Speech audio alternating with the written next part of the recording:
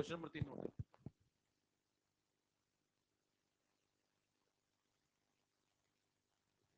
सवाल नोट करें पड़ा।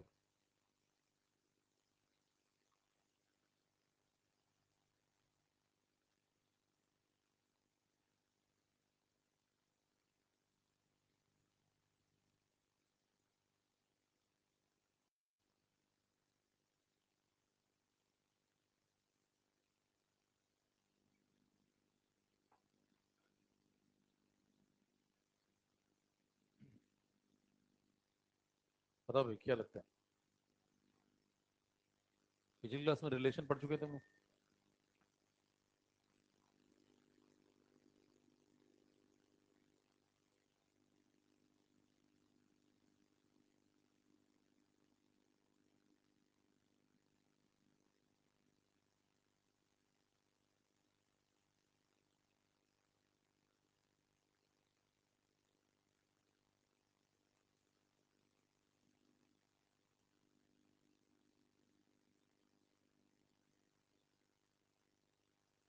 बताओ पहला दूसरा तीसरा चौथा। पहला सही क्या? अब देखिए पीछे जो रिलेशन आपने पढ़ा था उससे ही कर सकते हैं। कॉपी खोल के पीछे देखें तो डीसी बाई डी जो था और जो डीएन बाई डी था वो सेम थोड़ी होते हैं। सी तो एन बाई वी होता है ना, तो सी एन अगर एन बाई वी है तो डिफ्रेंशिएट करोगे तो सी और एन के बीच में एक वॉल्यूम का टर्म भी तो आएगा। तो सेकंड ऑप्शन में क्या गड़बड़ी है? DC by D T DP by D दोनों बराबर, सॉरी डीसी बाई डी और डीएन बाई डी दोनों सेम लिख दिए हैं। होता नहीं है ऐसा। रिलेशन कॉपी में लिखा है, चेक कर लें। अगर ये गलत है, कोई एक गलत है तो सभी के सही होने की उम्मीद खत्म हो चुकी है। तो ये भी गलत है। इधर आ जाए, डीसी बाई डी और DP by D sign mine तो छोड़ दें, लेकिन मैग्नीट्यूड वाइज भी दोनों बराबर नहीं होते, क्योंकि पी और सी में क्या रिलेशन होता है? P is equal to C R T. तो फिर डिफ्रेंशिएट करने पे आर टी भी तो आएगा। DP by D T DC by D T तो बगल में आर टी भी तो आएगा, तो वो कहीं दिख ही नहीं रहा है यहाँ पे। तो ये भी गलत है। तीन गलत हो गए तो चौथा अपने आप सही हो गया, चेक करने की जरूरत नहीं है। ये था पहला। दूसरे पे है? पहला तरीका समझ गए, दूसरा तरीका सुने। दूसरा तरीका ये कहता है कि अगर कंसंट्रेशन मोल अपॉन वॉल्यूम है तो जब आप डिफरेंशिएट करेंगे तो दोनों तरफ जो साइन होंगे वो कैसे होंगे? एक जैसे। इधर प्लस होगा तो उधर भी, इधर माइनस होगा तो उधर भी। बराबर। साइन कन्वेंशन से अगर आप सवाल खत्म करें तो बताएं यहां पे कौन सा साइन दिख रहा है आपको?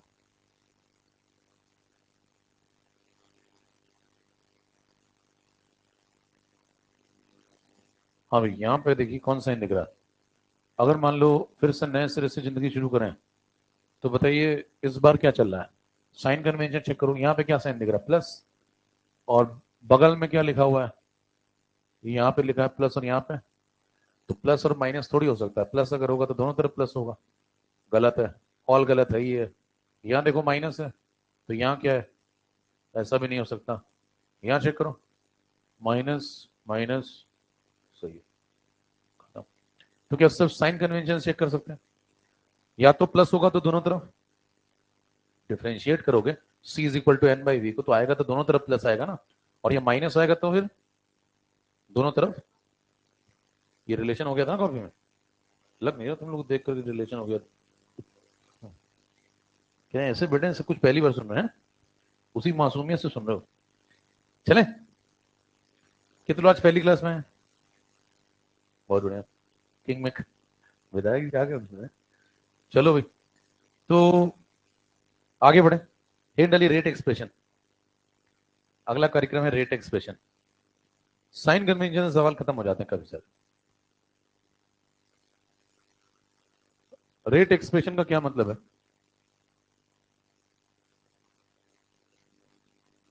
कि रेट को एक्सप्रेस करिए।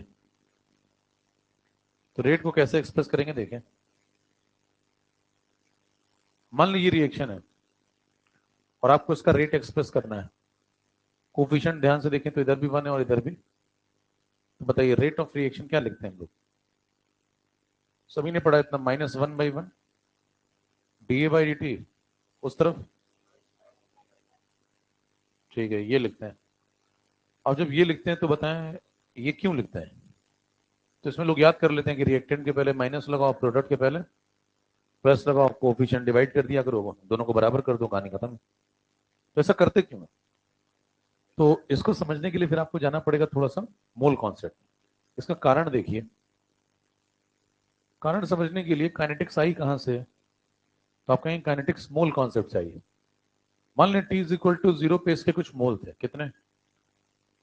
तो कुछ भी मान सकते हैं, 5, 10, 20, 50, अपनी इच्छा अनुसार। एग्जाम्पल है, कुछ समय बाद मान लीजिए 5 में से इसके 2 मोल चले गए। अगर इसका 1 जाएगा तो इसके इसके 2 जाएंगे तो इसके, तो ऐसा हो गया। मान लें कंटेनर का वॉल्यूम 1 लीटर है। कंटेनर का वॉल्यूम 1 लीटर का मतलब है जो मोल है वही मोलैरिटी है, बराबर। तो ये इनकी मोल है, ये इनकी मोलैरिटी है। बताइए ए के अंदर कितने का चेंज हुआ, निकाल सकते हैं क्या? डेल्टा ए निकाल सकते हैं? कैसे निकालेंगे चेंज, कैसे निकालते हैं? फाइनल माइनस, तो बताएं फाइनल कितना? 3। इनिशियल कितना? जो मोल है वही मोलैरिटी है, वॉल्यूम 1 है ना? तो डिफरेंस कितना आ गया?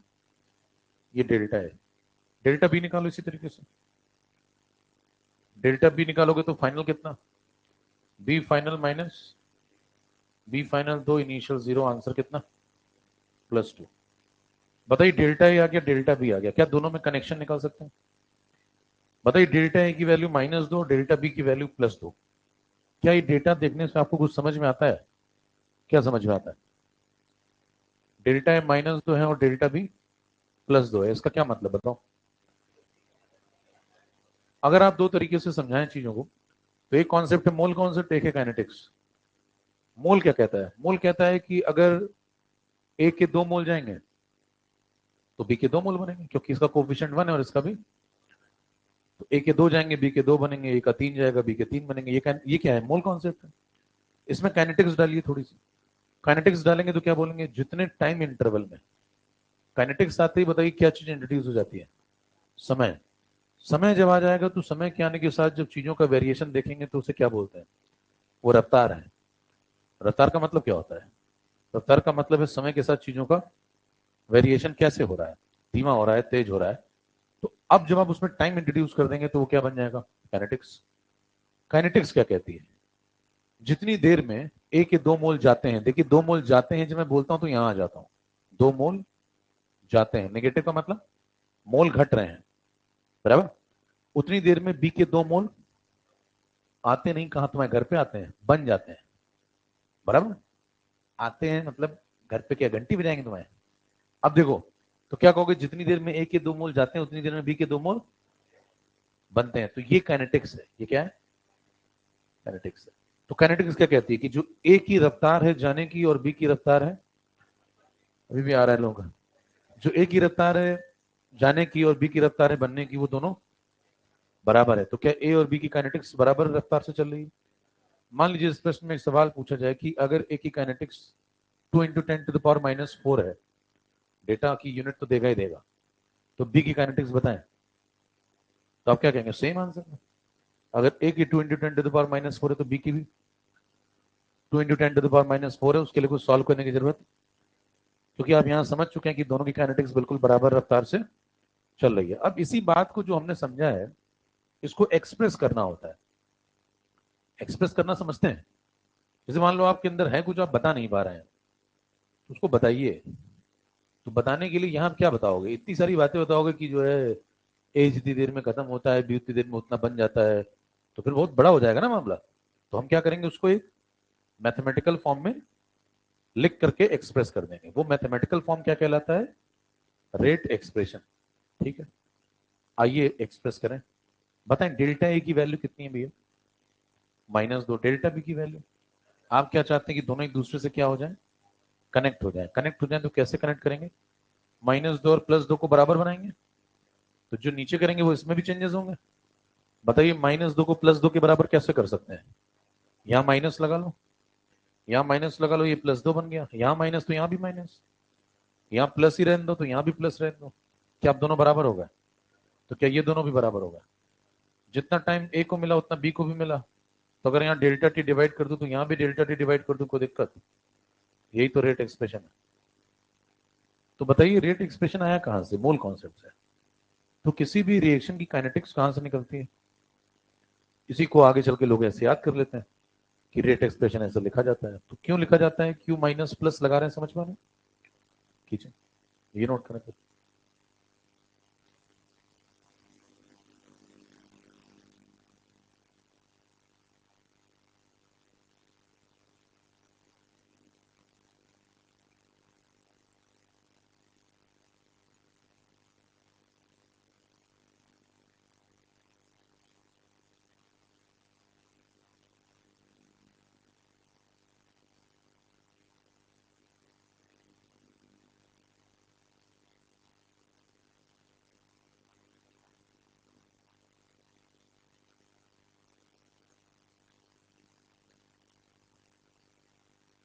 हो गया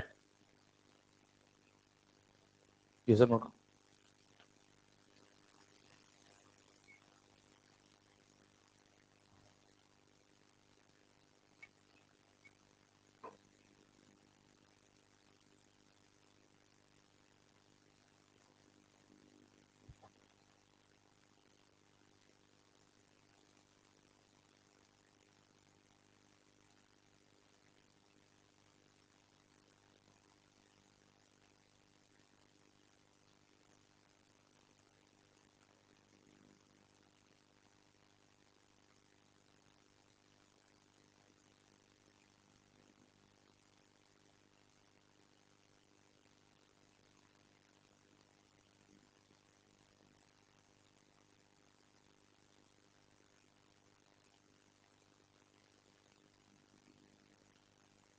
चलें, अब रिएक्शन चेंज कर देते हैं। अभी तो रिएक्शन सबसे आसान थी, दोनों का कोफिशिएंट कितना था, 1 1, तो समझना बहुत इजी था। अगर कोफिशिएंट बदल दिए जाए, रिएक्शन थोड़ी चेंज। इस बार रिएक्शन में मान लीजिए 2A गिव्स 3B, इसका रेट एक्सप्रेस करना है, कैसे लिखेंगे? Rate of reaction is equal to -1/2 DA/dt +1/3। अच्छा, डीबी लिखो डेल्टा बी लिखो, उसमें क्या फर्क है, पहले बता चुके हैं। अब देखिए, अगर आप ये समझ गए कि ये ठीक है, तो अगर ये इंटरवल बहुत छोटा हो जाएगा तो यही क्या कहलाएगा, डिफरेंशियल ए बन जाएगा। तो बहुत बड़ी बात थोड़ी है डेल्टा ए और डिफरेंशियल ए में। डेल्टा ए का मतलब बड़ा इंटरवल है, डिफरेंशियल ए का मतलब बहुत छोटा इंटरवल है, इतना छोटा कि जीरो की तरफ टेंड हो रहा होगा। ठीक है, तो अगर एक चीज समझ गए, दूसरा समझना आसान है। आपको पूछे कि ये जो आप लिख रहे हैं ये कैसे लिख रहे हैं, इसमें चुपते हुए सवाल सुनिए। पहला प्रश्न, यहाँ पे माइनस क्यों लगाया, यहाँ पे प्लस क्यों लगाया। दूसरा प्रश्न, यहाँ 2 क्यों डिवाइड कर रहे हैं और यहाँ 3 क्यों डिवाइड कर रहे हैं।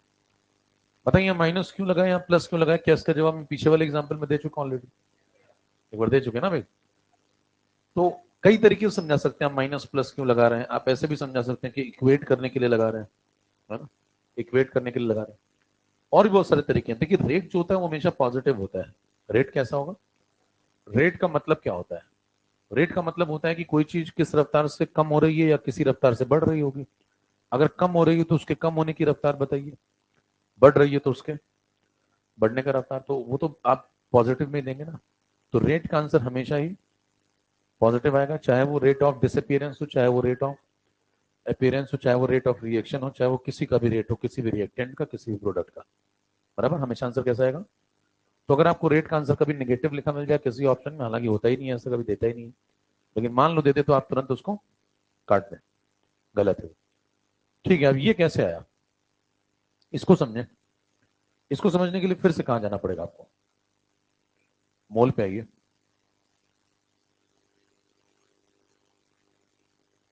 मान लेते हैं टी इज इक्वल टू 0 पे इसके 5 मोल है, इसके 0 मोल है। कुछ समय बाद ये 5 में से 2 मोल खर्च कर देता है। अगर इसके 2 जाएंगे तो इसके कितने बनेंगे, तो इसके 3 बन जाते हैं। चेंजेस निकालिए, delta A delta B. Change कैसे निकालेंगे, फाइनल माइनस, तो फाइनल कितना, 3 इनिशियल, तो सीधे लिखते हैं थोड़ा, 3 - 5 - 2, फाइनल यहाँ पे 3 इनिशियल, 0, 3 - 0 +3। इस बार क्या दोनों बराबर आए, डेल्टा ए कितना आया और डेल्टा बी कितना आया।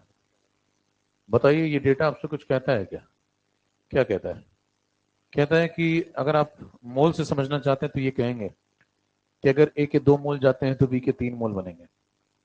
ये मोल कॉन्सेप्ट है, काइनेटिक्स में। ये काइनेटिक्स जब बात करते हैं तो आप टाइम इंट्रोड्यूस कर देते हैं, कहते हैं जितने टाइम में ए के 2 मोल जाएंगे उतने टाइम में।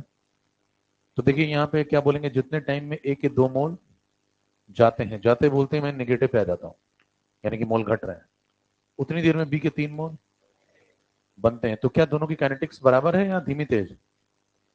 धीमी तेज है। किसकी काइनेटिक्स तेज है? एक आदमी 2 मोल खर्च करता है, दूसरा आदमी उतनी देर में 3 मोल बना दे रहा है। तो क्या किसी एक की काइनेटिक्स दूसरे से तेज है? किसकी तेज है? बी की काइनेटिक्स ए से तेज है। कितनी? वो 2 रुपए खर्च करता है, 3 रुपए कमाता है, क्या उसकी 1.5 गुना तेज है बी की? निकाल नहीं पा रहा हूं। एक आदमी 2 रुपए खर्च करता है, एक आदमी उतनी देर में 3 रुपए कमाता है। तो खर्च और कमाना वो छोड़ दीजिए, चेंजेस जो हो रहे हैं उसका मैग्नीट्यूड देखिए। तो उसका 2 का चेंज आ रहा है तो इसका 3 का चेंज आ रहा है, तो 3 वाला 2 से कितने गुना ज्यादा होता है? 3/2 टाइम्स। कितने गुना? एक 2 है, एक 3 है, तो 3 2 से कितना बड़ा होता है? 3/2 टाइम्स। मैं कर नहीं पाता हूँ। ये 2 लिखा है, ये 3 लिखा है, पूछे कोई कितने गुना हुआ तेज, तो जो हुआ है वो ऊपर लिख दो, जो था पहले वो नीचे लिख दो। अरे बराबर। मान लो वैल्यू 4 थी, 4 से क्या हो गई 5, कितने गुना तेज? 5 वाला 5/, SSC मैथ्स बराबर। फुर्तीले लगातार बनाए जाते हैं। अब तो बात अगर आपको समझ में आ गई तो इसका मतलब ये बताइए कि ए की काइनेटिक्स और बी की काइनेटिक्स में कौन तेज है भैया? हैं? बी की काइनेटिक्स तेज है। कितने गुना? 3/2 टाइम्स। तो मान लीजिए कल को मैं आपको सवाल दूं कि ए की काइनेटिक्स का आंसर दिया है 2 × 10⁻³ ए के खत्म होने की रफ्तार है 2 × 10⁻³ तो बी के बनने की रफ्तार बताओ। हा? कितने गुना? 3 गुना या 3/2 गुना? 3/2 गुना, समझ रहे हैं? तो अगर ए की 2 × 10⁻³ है तो बी की कितना मल्टीप्लाई करोगे उसमें? 3/2। कितना आएगा? 3 × 10⁻³ कितना समझ में आ रहा है? बिना पेंसिल है, सीधा चढ़ने की तरह। तो ऐसे भी समझ सकते हैं, अगर इसकी रफ्तार 2 होगी तो इसकी रफ्तार, तो अगर इसकी 2 × समथिंग होगी तो इसकी 3 × समथिंग होगी। रेशियो ही तो है, बराबर। तो क्या रफ्तारों का आइडिया लग रहा है आपको धीरे धीरे? क्या इन दोनों की काइनेटिक्स सेम है, आगे पीछे चल रही है? तो दोनों को कनेक्ट करना है हमको। तो एक तरफ मैंने क्या लिखा? डेल्टा है। दूसरी तरफ क्या लिखा? डेल्टा ए की वैल्यू कितनी, डेल्टा बी की। क्या चाहते हैं आप? दोनों को बराबर किया जाए। दोनों को बराबर करने के तरीके हैं, या तो हम -2 को 3 बना लें, या तो +3 को कुछ करके -2 बना लें, और या फिर सबसे आसान तरीका दोनों को +1 बना लें। दोनों को +1 कैसे बनाएंगे? मान लीजिए मैं एकदम सिंपल एक तरीका फॉलो करूं दोनों को +1 बनाने का। इसको +1 कैसे बनाओगे? क्या करें इसे बताओ। पहले माइनस लगा लें। जो यहां करोगे भाई ऊपर भी करोगे, यहाँ माइनस यहाँ भी। इसमें कितना डिवाइड कर दो? 2। तो क्या +1 बन गया? जब यहाँ 2 डिवाइड करोगे तो यहाँ भी करोगे। इधर आओ, इसमें प्लस रहने दें तो यहाँ भी प्लस रहने दो। कितना डिवाइड करें? 3। तो यहाँ भी 3 डिवाइड करो। क्या ये पूरा भी +1 बन गया? अब बताएं क्या दोनों +1 है? तो अब दोनों बराबर है। ये पूरा भी +1 बन गया, ये पूरा भी +1 बन गया, बराबर है। ये दोनों बराबर है, तो ये दोनों भी बराबर है। जितना टाइम इंटरवल उसको मिला उतना इसको भी मिला, तो डेल्टा टी डिवाइड कर दो तो कोई फर्क तो पड़ेगा नहीं। यही तो काइनेटिक्स है। चेक करिए, पीछे जो काइनेटिक्स लिखी हुई यही तो लिखी है, बस डेल्टा ए की जगह क्या लिख दिया उसने? डिफरेंशियल है। और डेल्टा बी की जगह क्या लिख दिया? खत्म। तो क्या काइनेटिक्स यहां से निकाली जा रही है? कितनों को पूरी बात समझ में आ गई? काइनेटिक्स कैसे निकालेगी? सीधा था ऐसा, खींचो। तो अब आप ये समझने लगे कि चीजें क्यों डिवाइड हो रही हैं, साइन क्यों माइनस प्लस लगाए जा रहे हैं, रेट को एक्सप्रेस करने के तरीके हैं।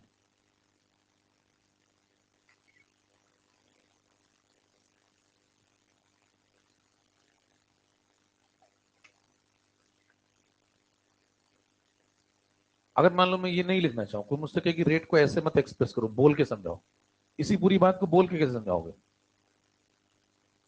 कहोगे जितनी देर में ए के 2 मोल जाते हैं उतनी देर में बी के 3 मोल बनते हैं। यही है। ये जो पूरा लिखा हुआ है ये क्या लिखा है कोई पूछे तो क्या बताएंगे आप उसको? कहेंगे जितनी देर में ए के 2 मोल जाते हैं उतनी देर में बी के, वही लिखा हुआ है, उसको मैथमेटिकली लिख दिया गया है, कोई नई बात थोड़ी है।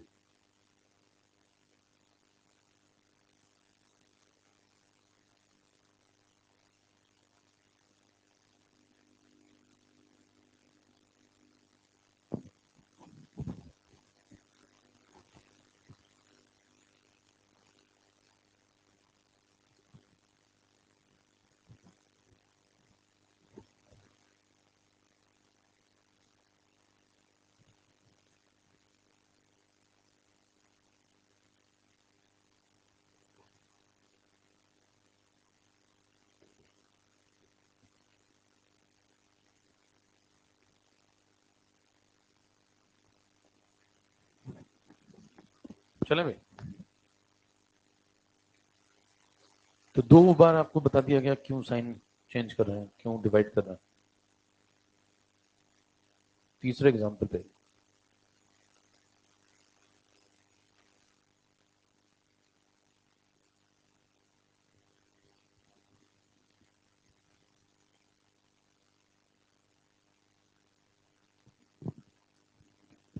तीसरा है रिएक्शन थोड़ी और चेंज करते हैं।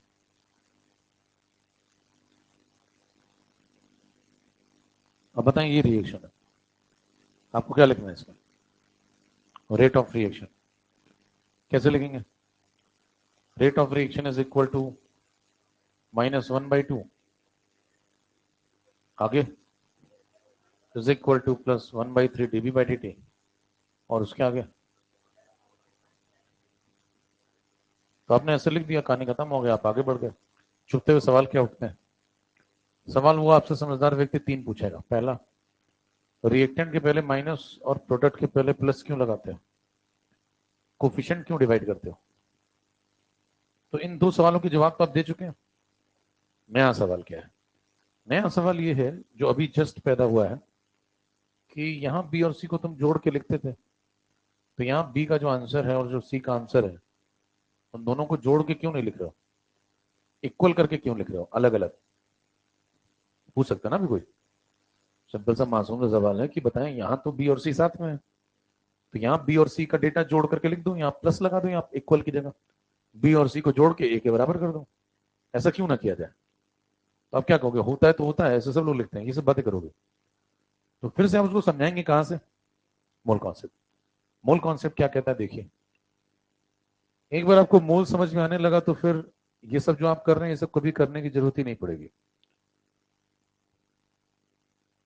देखिए इस बार इसके फिर से कितने मोल है, मान लें 0 और इसके मान लो कुछ समय बाद 5 में से कितने मोल चले गए, 2 मोल। 2 चले गए तो इसके 3 बनेंगे, फिर इसके 4 बनेंगे। फटाफट बताओ डेल्टा है कितना।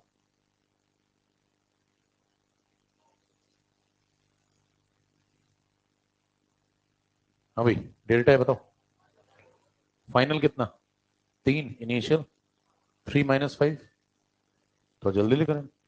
फाइनल 3 इनिशियल तो कितना हुआ डेल्टा भी, फाइनल 4 इनिशियल, 4 - 0 यानी कि बताइए इन तीनों को देख के आपको कुछ लगता है क्या, क्या लगता है।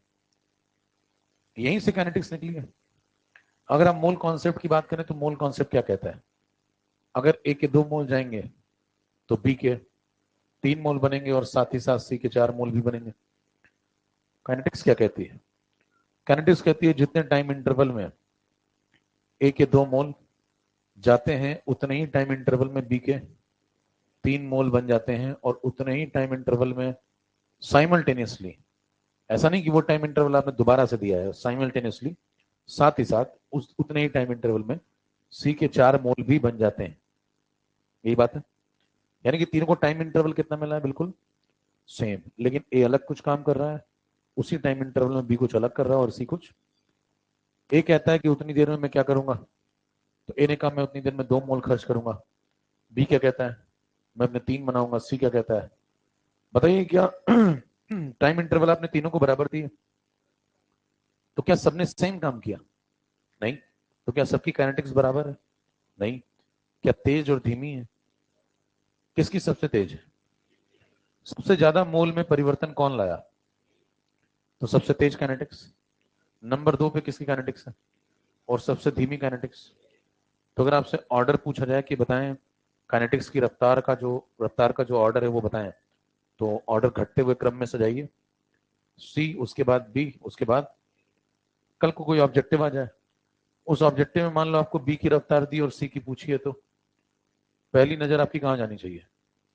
अगर बी की दी है और सी की पूछी है तो आपको क्या देखना चाहिए, जो बी की दी है उससे बड़ा आंसर ढूंढना चाहिए आपको, क्योंकि सी का आंसर बी से, तो आपको तुरंत सॉल्व करने में नहीं लग जाना चाहिए। पहला क्या देखना चाहिए, बी की दी है सी की पूछी है, तो सी का आंसर बी से बड़ा होगा। 4 ऑप्शन में ढूंढिए, अगर एक ही ऑप्शन बड़ा है तो टिक करिए, निकल लीजिए, कुछ सॉल्व करने की आवश्यकता कई बार ऐसा मौका मिलता है, लेकिन जब मौका मिलता है तो आप वहां नहीं होते हैं मानसिक तौर पे।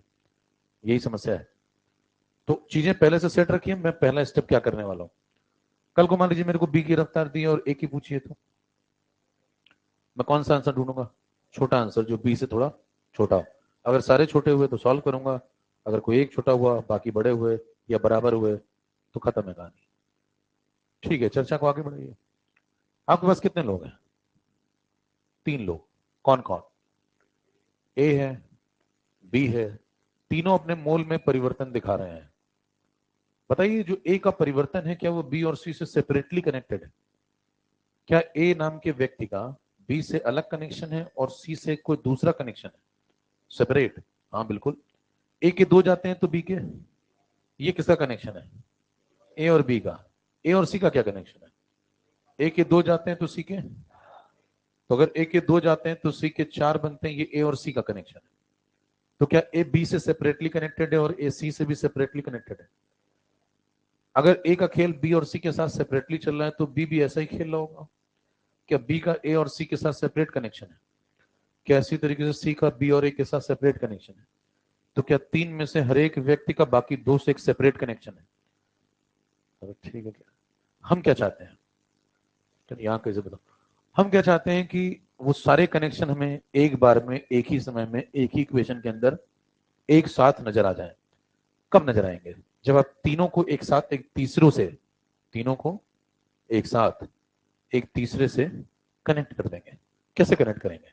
उसके लिए आपको इन तीनों की वैल्यूज लिखनी होगी और तीनों में एक कनेक्शन ढूंढना होगा जिससे तीनों एक साथ कनेक्ट हो जाए। बताइए डेल्टा ए कितना है? Delta B, delta C. क्या चाहते हैं कि तीनों, सबसे आसान तरीका क्या है कनेक्ट करने का? तीनों को +1 बना दें। इसको +1 कैसे बनाओगे? माइनस लगाओ, 2 डिवाइड करो, बन गया। जो यहां करोगे वही ऊपर भी करोगे। माइनस लगाओ, 2 डिवाइड करो, इधर आओ, इसको +1 बनाओ, प्लस रहने दो, 3 डिवाइड करो, तो यहां भी प्लस रहने दो, 3 डिवाइड करो, तीसरे पे आओ, प्लस रहने दो, 4 डिवाइड करो, यहां भी प्लस रहने दो, 4 डिवाइड करो। क्या ये सब बराबर हो गया?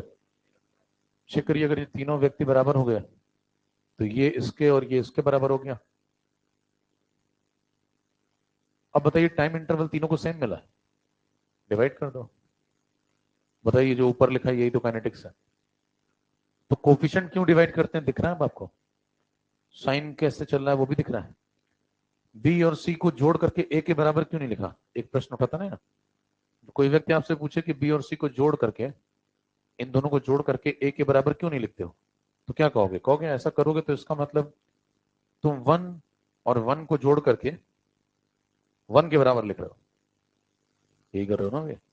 इसकी वैल्यू कितनी, इसकी वैल्यू कितनी है? इनको अगर इक्वल नहीं लगाओगे प्लस लगाओगे तो 1 + 1 कितना हो गया? और 2 को किसके बराबर लिख रहे हो? तो वो तो गलत है ना भाई। तो मैथमेटिकली रॉन्ग है, इसलिए नहीं लिख रहे हैं। ये एक तरीका हो सकता है समझाने का। दूसरा तरीका, तीनों को अलग अलग क्यों लिख रहे हैं कोई पूछे तो क्या बताएंगे? कहेंगे ये जो तीनों व्यक्ति हैं उनमें से हर एक व्यक्ति का बाकी 2 से सेपरेट कनेक्शन है। ए जब बी से बात करता है तो उसमें सी का कोई रोल नहीं है। अगर सी का फोन बंद है, ध्यान दीजिए, ए बी और सी 3 अलग अलग व्यक्ति हैं।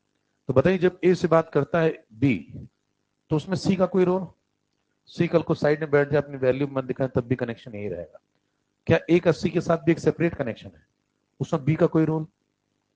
बी को साइड बैठा दीजिए। तो क्या ऐसे हर एक व्यक्ति का बाकी 2 से सेपरेट कनेक्शन है? तो आपको सेपरेट ही तो लिखना पड़ेगा, इसीलिए तीनों को क्या लिखा हुआ है? अलग अलग। ठीक। तो ये तकनीकी कारण है, इससे आपको समझ में आता है कि रेट एक्सप्रेशन को कैसे वाकई लिखा जा रहा है।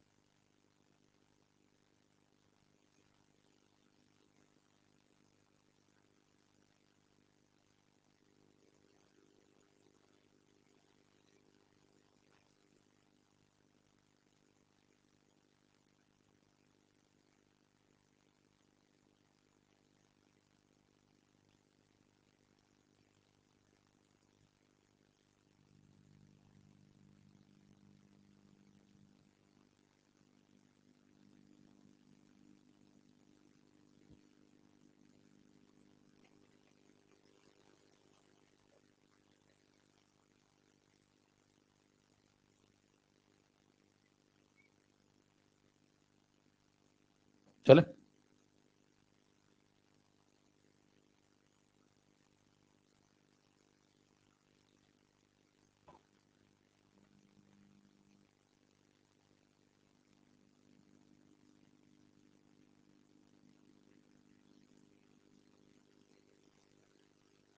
भैया, नींद आ रही? बताइए, शरीर साथ नहीं दे रहा क्या? कि मन तो बहुत है।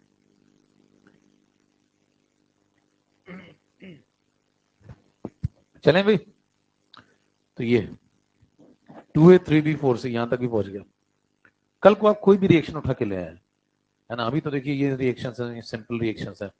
कल को आप चेन रिएक्शन ले आए, पैरेलल रिएक्शन ले आए, कोई भी ले आए, सबकी काइनेटिक्स कहां से निकलती है? मोल से। तो आप किसी काइनेटिक्स को मोल से खोल सकते हैं। तो ये सब आया कहां से? आप सोच के देखिए, काइनेटिक्स का मतलब क्या है?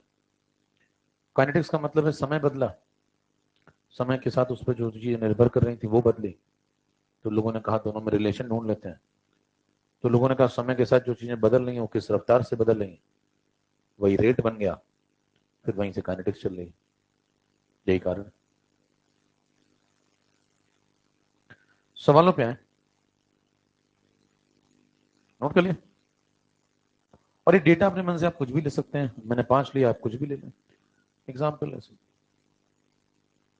सवालों पे आइए।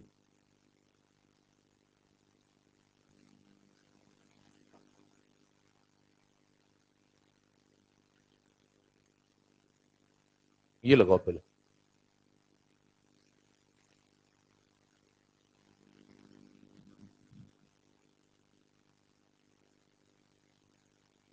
सवाल नोट करने के लिए।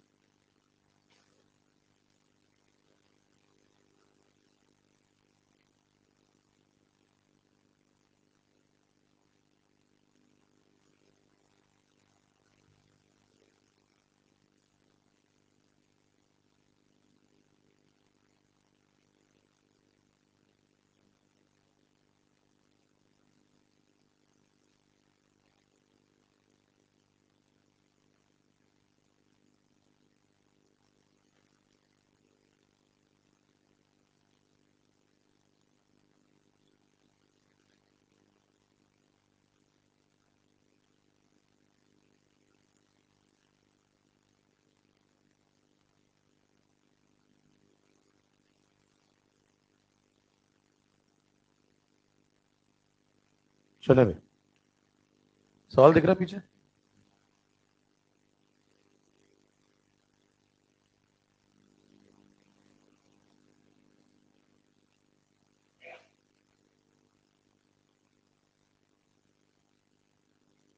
तो ठीक है।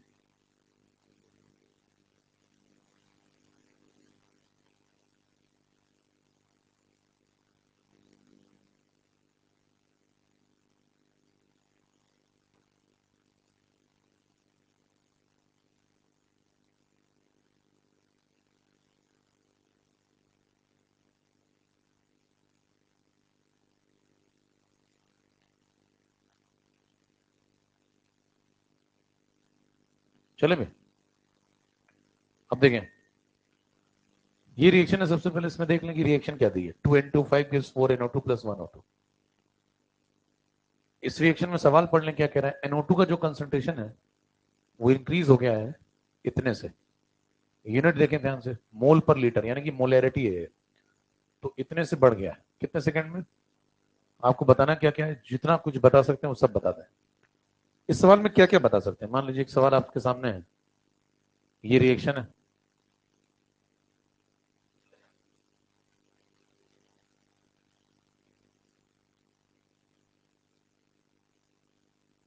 ठीक है, इसमें क्या क्या पूछ सकते हैं बताओ। पहला,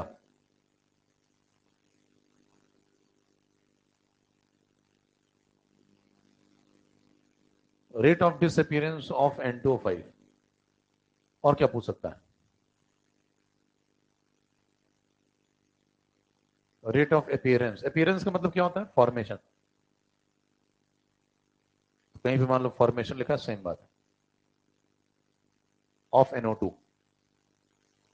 और क्या पूछ सकता है? रेट ऑफ फॉर्मेशन ऑफ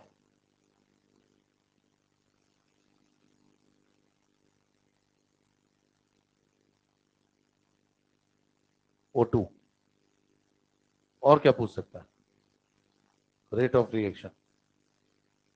इतनी बातें कर सकते हैं, इसके अलावा कोई और बात तो हो नहीं सकती भाई। ठीक है, अब सारी बातों पे चर्चा करिए।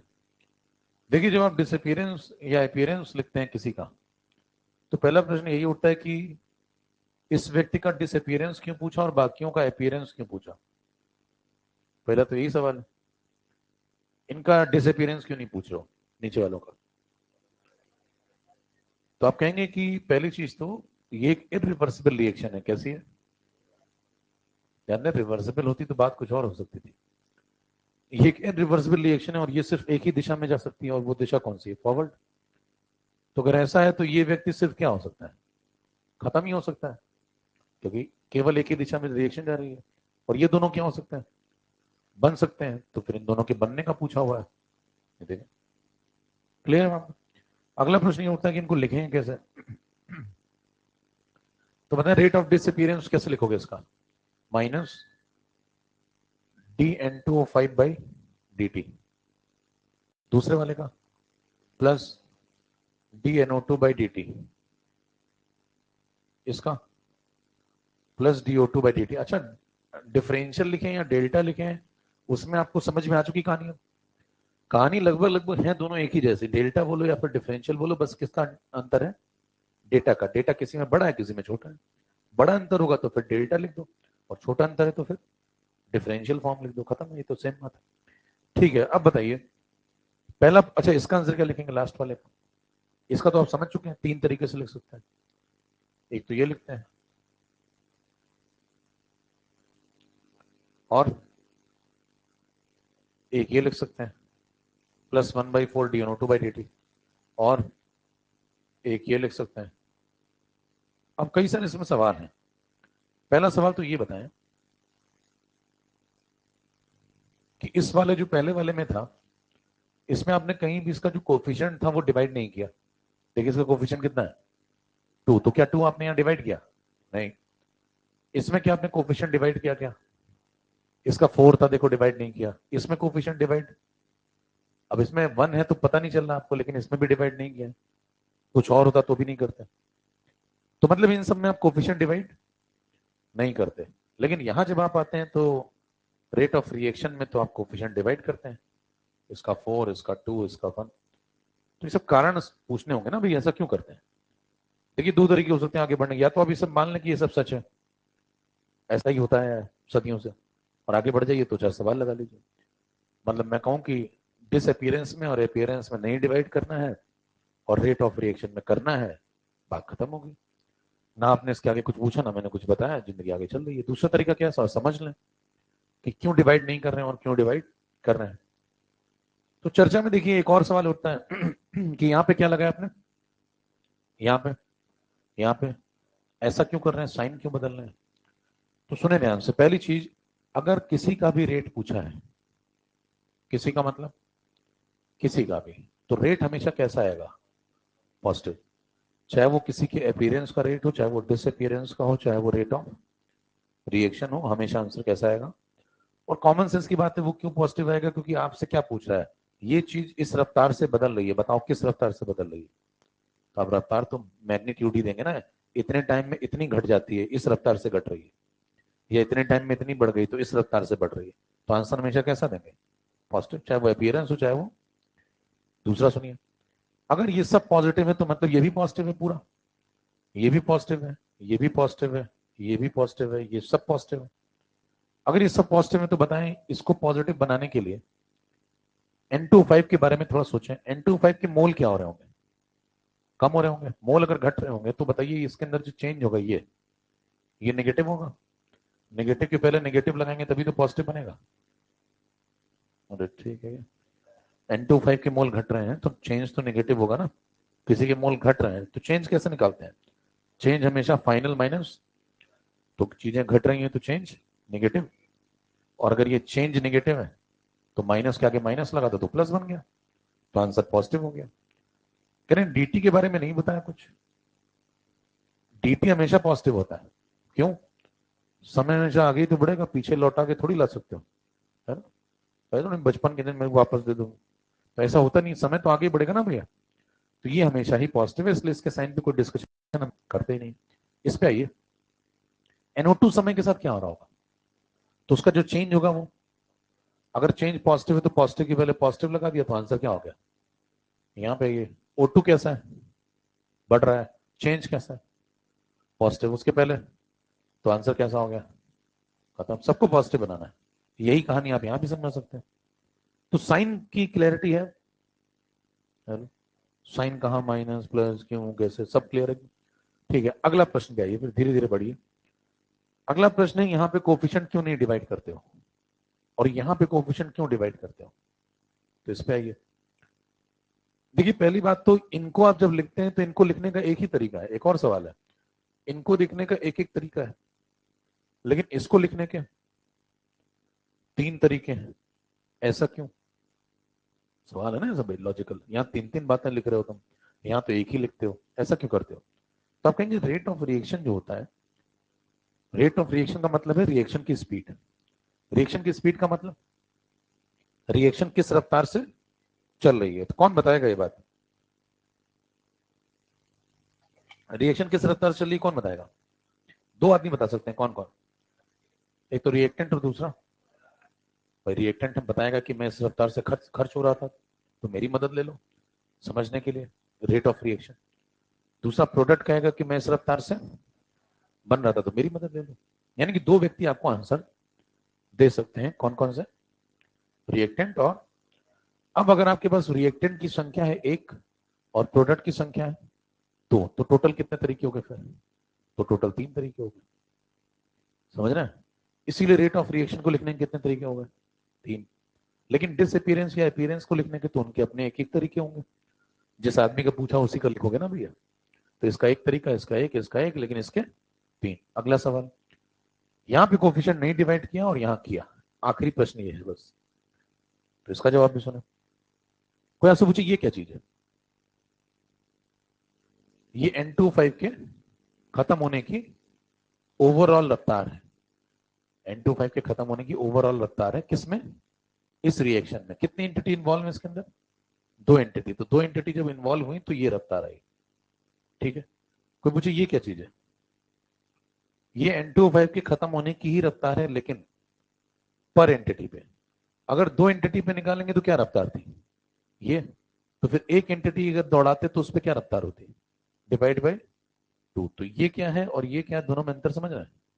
ये क्या है, N25 के खत्म होने की रफ्तार कितनी एंटिटी पे, जितनी रिएक्शन में है 2 एंटिटी पे। और ये क्या है, ये पर एंटिटी पे है। जैसे कि ये क्या है, ये NO2 के बनने की रफ्तार है कितनी एंटिटी पे, 4। और पर एंटिटी पे रफ्तार लिखेंगे तो क्या बन जाएगी, ये NO2 के बनने की रफ्तार है पर एंटिटी पे। तो इसका मतलब यहां आप ओवरऑल लिखते हैं जितनी एंटिटीज है उन पे, और यहां जब लिखते हैं तो किस पे लिखते हैं, पर एंटिटी पे। ऐसा क्यों करते हैं, ऐसा क्यों करते हैं, ये समझने के लिए सॉल्व करके देखें इसको जरा। जो आप सॉल्व करेंगे डेटा पढ़िए। ये क्या है, NO2 का कंसंट्रेशन इतने से बढ़ गया, कितने टाइम में, ठीक है। तो आ जाओ भाई, इतने से बढ़ गया तो सॉल्व कर लेते हैं। कितना चेंज हुआ इसके अंदर, 1.6 10 टू द पावर -2, NO2 का इसका। तो NO2 पे आ जाओ, NO2 का डेटा है 1.6 10 to the power -2 time, answer 0.4 10 to the power -2। 10 multiply 10 divide कर दो तो 4 इंटू 10 पावर -3 आ जाएगा, बराबर है। ये किसका आंसर हो गया, NO2 का। अब क्या NO2 की मदद से बाकी आंसर निकाल सकते हैं, इसका इसका रिलेशन दिख रहा है आपको। तो बताएं, अगर आपको इसका आंसर चाहिए, मान लो -dN25/dt का, तो कैसे निकालोगे, ये वाला 2 उधर भेज दो। बताओ ये वाला 2 जब उधर भेजोगे तो यहां पे आ जाएगा 2/4, 2/4 मतलब 1/2। तो बताएं -dN25/dt की वैल्यू बताओ, 2 इधर चला गया तो 1/2 टाइम्स ऑफ, तो इसकी वैल्यू है 1/2 टाइम्स ऑफ dNO2/dt, लिख देते हैं। तो इसकी वैल्यू है 1/2 टाइम्स ऑफ dNO2/dt। अब बताओ dNO2/dt कितना है, पुट कर दो। जैसे पुट करेंगे तो बताइए आंसर कितना आ रहा है? 2 इंटू 10⁻³ अगला आंसर ये आ गया। 2 सवाल डन है। अगले पे है O2 निकालना है। O2 कैसे निकालेंगे? इसका कनेक्शन देखो, इन दोनों का कनेक्शन देखें तो बताएं DO2/dt की वैल्यू कितनी बराबर है? 1/4 टाइम्स ऑफ DnO2/dt। तो इसकी जगह क्या लिख सकते हैं? ये लिख दो इसकी जगह। तो इसकी जगह जैसे आप ये लिखेंगे तो बन जाएगा 1/4 टाइम्स ऑफ DnO2/dt। DnO2 की वैल्यू 4 इंटू 10⁻, और डिवाइड बाय क्या कर दो? डिवाइड बाय 4 कर दो। आंसर बताओ। 10⁻, ये इसका आंसर हो गया। 3 आंसर डन है। अब बचता है चौथा। चौथा मतलब कौन सा? Rate of reaction. Rate of reaction अब यहां से निकालें तो भी आंसर वही आएगा, यहां से निकालें तो भी वही आएगा, यहां से निकालें तो भी वही आएगा। अच्छा एक बात बताएं, रेट ऑफ रिएक्शन का मतलब क्या है? रेट ऑफ रिएक्शन का मतलब है रिएक्शन की स्पीड बताओ। तो रिएक्शन की स्पीड बताइए, कौन बता सकता है? रिएक्टेंट भी बता सकता है। और अच्छा अगर आपसे पूछा जाए कि N25 की मदद से स्पीड बताओ, तो आप ये बताते? अगर कोई पूछता है N25 के खत्म होने की रफ्तार की मदद लो और बताओ स्पीड क्या है रिएक्शन की, तो आदमी ये बताता। NO2 की मदद से बताता तो ये बताता, O2 की मदद से बताता तो ये बताता। मान लो बाकी नहीं सॉल्व किया हमने, हम O2 की मदद से बता रहे हैं तो हम रेट ऑफ रिएक्शन ये डिफाइन करेंगे। अब एक आदमी अगर O2 से बता रहा है तो वो ये रेट ऑफ रिएक्शन बता रहा है, दूसरा ये बता रहा है, तीसरा ये बता रहा है, तो क्या एक ही रिएक्शन के 3 रेट ऑफ रिएक्शन होंगे? नहीं, ऐसा तो हो नहीं सकता भाई। एक रिएक्शन है 3 रफ्तार से कैसे चलेगी? आपने कहा ना रेट ऑफ रिएक्शन किससे पता चलता है? रिएक्टेंट से और प्रोडक्ट से। रिएक्टेंट से कैसे?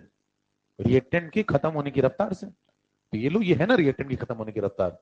तो लॉजिकली अगर आपने आखिरी बात मान लो नहीं पढ़ी होती, ये लास्ट लाइन आप हटा दें थोड़ी देर के लिए, तो एक कॉमन सेंस वाला आदमी क्या कहेगा कि मेरे को रिएक्शन की रफ्तार का मतलब क्या समझ में आता है? रिएक्टेंट किस रफ्तार से खत्म हुआ या फिर प्रोडक्ट किस रफ्तार से बने। तो अगर मैं रिएक्टेंट किस रफ्तार से खत्म हुआ की मदद लेके रेट ऑफ रिएक्शन बताने गया तो मैंने आंसर ये दिया। दूसरे आदमी ने अगर प्रोडक्ट किस रफ्तार से बना उसकी मदद से रेट ऑफ रिएक्शन बताया तो उसने दो आंसर दिया। उसने कहा इसके रिस्पेक्ट में ये, इसके रिस्पेक्ट में ये। तो क्या एक ही रिएक्शन के आप 3 रेट ऑफ रिएक्शन बताएंगे? ऐसा तो हो नहीं सकता। एक ही रिएक्शन 3 स्पीड से थोड़ी चलेगी। इसीलिए कहा जाता है, अच्छा आंसर तीनों सही है, ध्यान दीजिए। रेट ऑफ रिएक्शन को कोई व्यक्ति अगर N25 की मदद से डिफाइन करे तो वो ये बोल रहा है तो गलत थोड़ी बोल रहा है कोई, लॉजिकली उसके काम सही है। ये बोल रहा है इसके रिस्पेक्ट में तो सही बोल रहा है, इसके रिस्पेक्ट में ये बोल रहा है तो सही बोल रहा है, लेकिन 3 आंसर हो नहीं सकते थे क्योंकि रेट ऑफ रिएक्शन को एक आंसर देंगे आप, एक रिएक्शन का एक ही रेट तो बताओगे, 10 रेट थोड़ी बता दोगे। तो लोगों ने क्या किया फिर? लोगों ने कहा 3 आंसर अलग अलग आ रहे हैं क्योंकि तीनों की रफ्तारें अलग अलग है। तीनों की रफ्तारें क्यों अलग अलग है? इसके 2 मोल जाते हैं तो इसके तो रफ्तारें अलग अलग होंगी। हमें क्या बताना था? ओवरऑल एक फाइनल रेट ऑफ रिएक्शन। तो हमने क्या दिमाग लगाया कि अगर सबको बराबर करना है तो सबकी पर एंटिटी पे रफ्तार निकालो। हेलो, नहीं तो फिर 3 आंसर बनेंगे और रेट ऑफ रिएक्शन का सिग्निफिकेंस ही खत्म हो जाएगा। और सही मायने में अगर आप देखें और थोड़ा गहराई में जाके सोचें तो रेट ऑफ रिएक्शन उतना सही टर्म भी नहीं है। रेट ऑफ रिएक्शन कायदे से पूछना भी नहीं चाहिए। पूछना क्या चाहिए लॉजिकली? सही चीज क्या है? ये और ये ओरिजिनल चीजें हैं। रेट ऑफ रिएक्शन तो बनाया गया है और वो सिग्निफिकेंट उतना नहीं है क्योंकि रेट ऑफ रिएक्शन के 3 डिफरेंट आंसर आ रहे थे। उन्हें एक बनाने के लिए लोगों ने क्या कहा कि हम हमेशा पर एंटिटी पे कॉन्सेप्ट को डिफाइन करवा लें तो हमारे सबसे आंसर एक जैसे बन जाएंगे और फिर हमें रेट ऑफ रिएक्शन मिल जाएगा। लेकिन वो उतना लॉजिकल बात है ही नहीं। इसीलिए रेट ऑफ रिएक्शन ज्यादा लॉजिकल है या रेट ऑफ डिसअपीयरेंस ज्यादा लॉजिकल बात? लैब में जब हम बातें करते हैं तो हम रेट ऑफ डिसअपीयरेंस से सवाल लगाते हैं। यहाँ ठीक है आप रेट ऑफ रिएक्शन पढ़ रहे हैं आपके लेवल पे। अब बताइए यहाँ पे जब मैंने कहा कि पर एंटिटी पे डिफाइन करने लगूंगा तो बताना अगर 2 एंटिटी पे आंसर निकालते तो इसका क्या आंसर आता? 2 एंटिटी पे देखो, यहाँ पे 2 एंटिटी इन्वॉल्व में कितना आंसर आ रहा है? ये पर एंटिटी पे कितना आएगा? बाई टू करोगे तो कितना आंसर हो जाएगा? 10⁻। बताएं ये आंसर कितनी एंटिटी पे? 4 एंटिटी पे। तो अगर एक एंटिटी पे निकालेंगे तो बाई 4 करेंगे तो कितना आंसर आ जाएगा? यहां से 10⁻³ आ जाएगा, यहां से 10⁻³ आ ही रहा है। तो क्या तीनों में से कहीं से भी निकालें तो कितना आंसर आएगा? 10⁻। अब जो ज्यादा नहीं समझना चाहता वो कहता है कि रेट ऑफ रिएक्शन में कोफिशिएंट डिवाइड कर लिया करो, आंसर आ जा रहा है, क्यों फालतू बातें करें, जिंदगी चल रही है। लेकिन अगर आप समझने पे आए तो क्या लॉजिक समझ पा रहे हैं? पर एंटिटी पे रेट ऑफ रिएक्शन को इसलिए डिफाइन किया जाता है जिससे तीनों से आंसर सेम आए, क्योंकि एक ही रिएक्शन के 3 रेट नहीं दिए जा सकते थे। कितनी बात समझ में आ गई? सीधा झंडे की तरह। ठीक है, अब ये पूरी कॉन्सेप्चुअल बातें हो गई। पेपर में वो इतना आपसे पूछेगा नहीं, क्योंकि वो भी तो तेज है मेरी तरह। तो उनको अपने जैसा ही समझिए, आपको बहुत अलग नहीं है वो आपसे, आसान बातें पूछते हैं। अब वो अंदर इतना कुछ आपसे पूछेंगे नहीं कि पर एंटिटी क्या है, ओवरऑल क्या है, तो आप उनको आंसर बताना सीखिए बस। लेकिन खुद के लिए आपको सब पता है।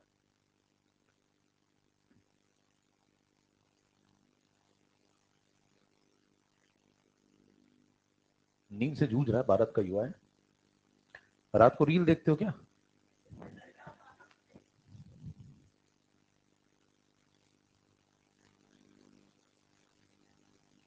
वायरल बॉय सोनू को देखते हो रात को?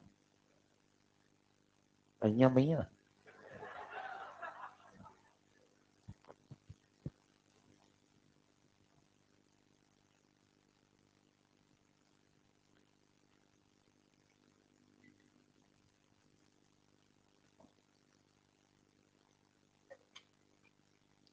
आधे तो उसको देख देख के पढ़ना बंद कर दिए।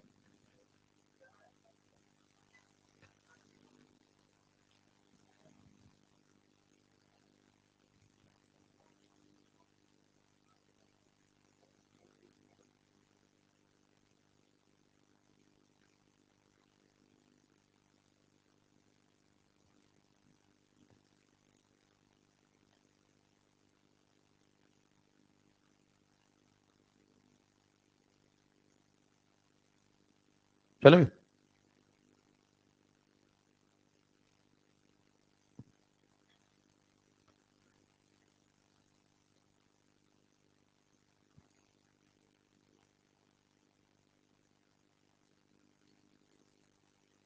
तो सारी बातें क्लियर है कि माइनस क्यों लगाया, प्लस क्यों लगाया, कोफिशिएंट कब डिवाइड करने हैं, कब नहीं करने हैं, और क्यों करने हैं, क्यों नहीं करने हैं, कारण भी क्लियर। और बताएं, जब इसमें नहीं करने तो इसमें क्यों नहीं कोफिशिएंट डिवाइड कर रहे थे ऊपर वालों में? ऊपर वालों में करने का कोई सवाल ही नहीं उठता डिवाइड, क्यों? क्योंकि अगर किसी की खत्म होने की रफ्तार बतानी है तो क्या लिखोगे? DC by D. सिंपल। उसमें 1/2 1/3 करने का क्या मतलब है भाई? खत्म होने की रफ्तार का मतलब क्या है? कितना चेंज हुआ अपॉन कितने टाइम में हुआ, तो डीसी बाई डी खत्म हो गया। यहाँ भी डीसी बाई डी, यहाँ भी डीसी बाई डी। तो इसमें थोड़ी कोफिशिएंट डिवाइड करने का कोई लॉजिक है। इसमें लॉजिक इंट्रोड्यूस किया गया है, क्यों? जिससे आंसर तीनों से एक आए और एक रिएक्शन का एक ही रेट ऑफ रिएक्शन मार्केट में आए। नहीं तो पता लगा एक ही रिएक्शन के 3 रेट ऑफ रिएक्शन चल रहे होंगे। एक बगल वाला कहेगा कि मैंने N25 के रिस्पेक्ट में निकाला था, उसके भैया वाला क्या कहेगा, क्या मैंने NO2 के रिस्पेक्ट में निकाला था, और फिर जो है मामला बदल जाएगा। तो एक ही रिएक्शन के 3 रेट ऑफ रिएक्शन थोड़ी बोल सकते हैं आप, लॉजिकल नहीं है। कह रहे हैं एक रिएक्शन धीमी भी चल रही है और तेज भी चल रही है, तो या तो धीमी होगी या तो तेज होगी, दोनों कैसे हो सकती है? चलें, अब वहां पे क्या करना है वो सुने। ये सब तो ठीक है कॉन्सेप्ट की क्लैरिटी के लिए, इससे सिलेक्शन नहीं होता, लेकिन सिलेक्शन सुने। ये क्या कहता है? कम से कम लिखें और जल्दी खेलें। तीनों का रेशियो निकालिए। इसका कोफिशिएंट कितना है पहले चेक कर लिया करिए, रिएक्शन बैलेंस है या नहीं। इसका कोफिशिएंट ठीक है। उसके बाद ध्यान से देखिए, तो अगर इसके जितनी देर में 2 मोल जा रहे होंगे उतनी देर में इसके 4 मोल बन रहे होंगे, और उतनी देर में साइमल्टेनियसली इसके 1 मोल बन रहे होंगे। यानी कि अगर आप तीनों को बराबर समय दें तो सबसे तेज रफ्तार में किसने अपने मोल बदले, तो यानी कि सबसे तेज काइनेटिक्स किसकी चल रही है। उसके बाद नंबर 2 पे N25 की सबसे धीमी काइनेटिक्स। अगर आपको काइनेटिक्स का रेशियो समझ में आ गया तो इनके रेट का यही रेशियो है। अगर इसका रेट 2 है तो इसका रेट, अब बहुत सारे सवाल आप लगा सकते हैं। देखिए, अगर इसका रेट 2 है तो इसका रेट 4 है, इसका रेट 1 है। कहता है इसका रेट 4 हो गया तो भाई इसका 2 तो इसका 4, तो इसका 4 दो, इसका 8। अरे ठीक है, एसएससी में ये 2 तो ये 4, तो ये 4 तो ये 8, रेशियो ही तो है। ऐसे ये भी आ जाएगा क्या? वो डबल तो ये डबल, तो ये भी डबल। फिर आप और भी खेल सकते हैं, कह दें ये 6 हो गया तो 3 गुना, तो कहेंगे ये भी 3 गुना, तो फिर ये भी 3 गुना। ऐसे हजारों सवाल लगा सकते हैं। अभी आपको फील नहीं आ रहा होगा कि ये सवाल, ऐसा भी सवाल आता है क्या? इन सब में 10⁻³ मल्टीप्लाई कर दो। अब सवाल लगा आपको? सवाल ऐसे ही तो आते हैं। देखिए, कहेगा इसकी रफ्तार 4 इंटू 10⁻³ है, तो इसकी रफ्तार बताएं। 8 इंटू 10⁻³, इसकी 2 इंटू 10⁻³, इसकी 10⁻⁴ मल्टीप्लाई कर दो। अब सवाल दिखा आपको? कहेगा इसकी 12 इंटू 10⁻⁴ है, तो इसकी बता दो। 3 इंटू 10⁻⁴, रेशियो ही तो है। क्या एक बार अगर रेशियो समझ में आ गया तो फिर ऐसे हजारों सवाल बना सकते हैं। तो आपका फोकस क्या होना चाहिए? फोकस ये है कि हमें रेशियो समझ में आ गया है। अब आइए अपने मेन सवाल पे आते हैं। ये सब तो साइड में बातें, दिमाग की कसरत।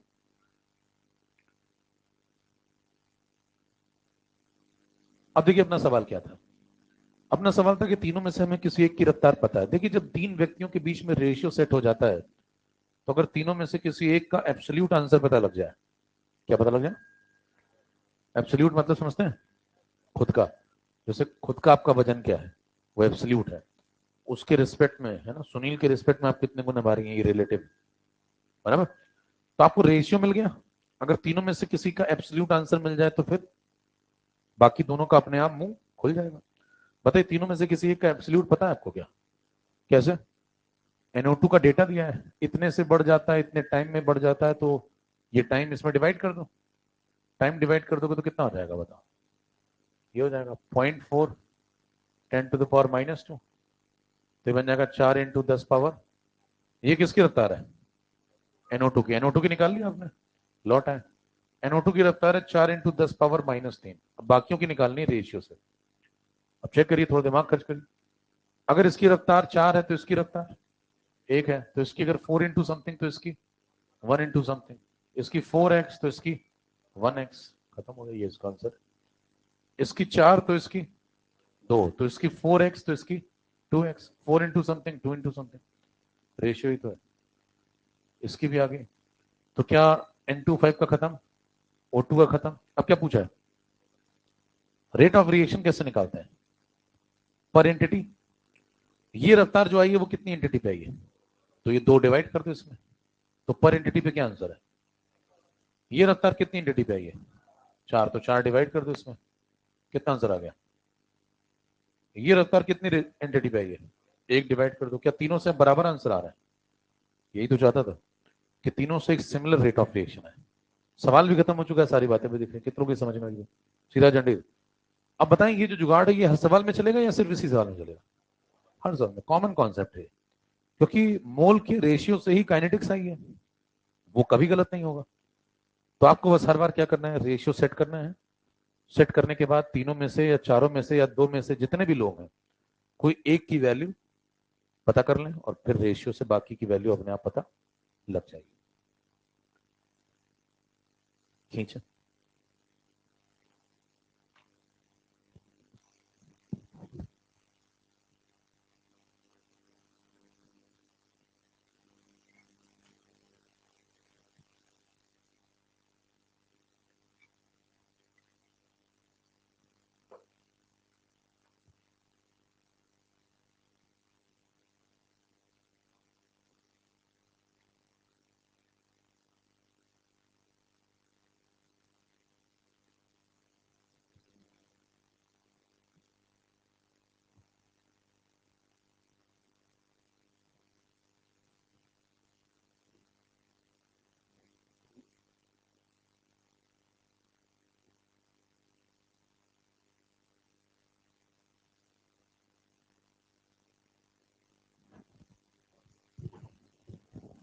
चले, आपके मन में जितने भी सवाल आ रहे हो उसको अपने मन में लिखते जाइए, फिर जब सही समय आएगा तो वो आपके मन में ही खत्म हो जाएंगे। इससे क्या होगा? आपके लिखने और बोलने की दोनों की ऊर्जा बचेगी, और मेरी भी बचेगी। मेरी तो चली रही, तो चल रही। ठीक है, मन में लिखते जाइए। अब यहां पे आइए, ये प्रश्न है।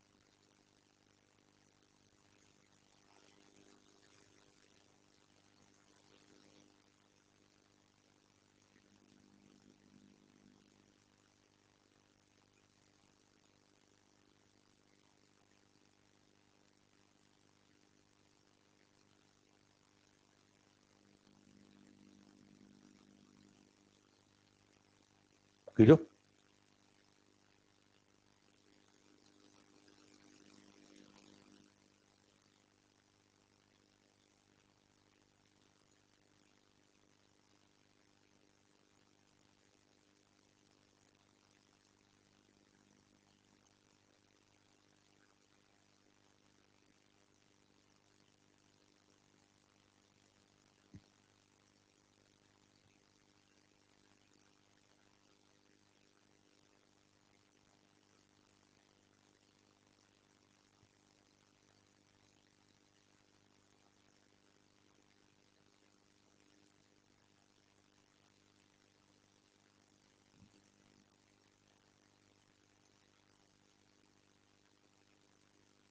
हाँ भाई बताओ, हो जाएगा क्या? आप किससे करोगे, पूरा लिख के करोगे वैसे या जुगाड़ से? सवाल नोट कर लो पहले। तो पूरा लिखने की जरूरत नहीं, वो एक बार हो गया ठीक है, समझ लिया पूरी बात, बार बार नहीं समझनी हो बात।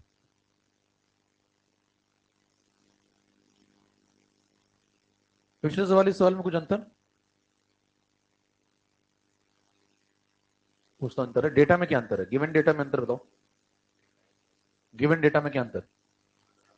पिछली बार आपको ये दिया था कि इतने टाइम में इतना बदल जाता है, आपको डिवाइड करना पड़ा था, फिर रेट आया था NO2 का। इस बार सीधे दे रखा है, यही रेट है। इस बार आपको डिवाइड डिवाइड भी, वो वाला टाइम भी बच गया अपना, बराबर है?